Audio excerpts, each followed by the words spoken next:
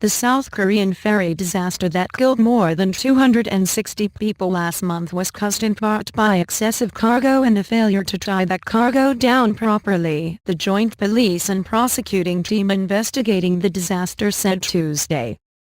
It marked the first time South Korean investigators said what they believe led to the April 16 sinking of the ferry Squall, which was carrying 467 passengers and crew, including more than 300 high school students on a field trip, when it capsized.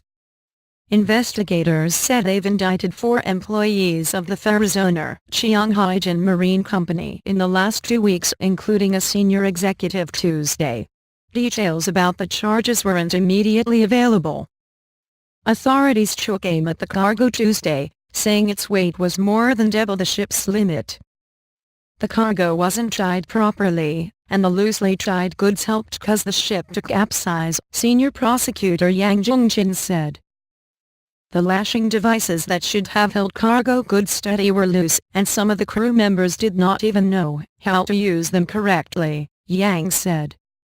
Investigators had been probing the possibility the ship overturned because cargo shifted and forced the ship off balance. At least 269 people died in the disaster, which happened while the ferry was traveling from Incheon to the resort island of Jeju off South Korea's southwestern coast. 35 people still are unaccounted for, according to the country's Coast Guard. Officials' firm got $2.90 million for extra cargo since single quote 13. Tuesday's news came nearly a week after South Korean authorities searched Cheonghaejin Marine's offices as part of a criminal investigation. This trip wasn't the first time the ferry had excess cargo, the joint investigation team said Tuesday. Since the Squall began the Incheon-Jeju route in March 2013, the ferry carried excess cargo 139 times, investigators said.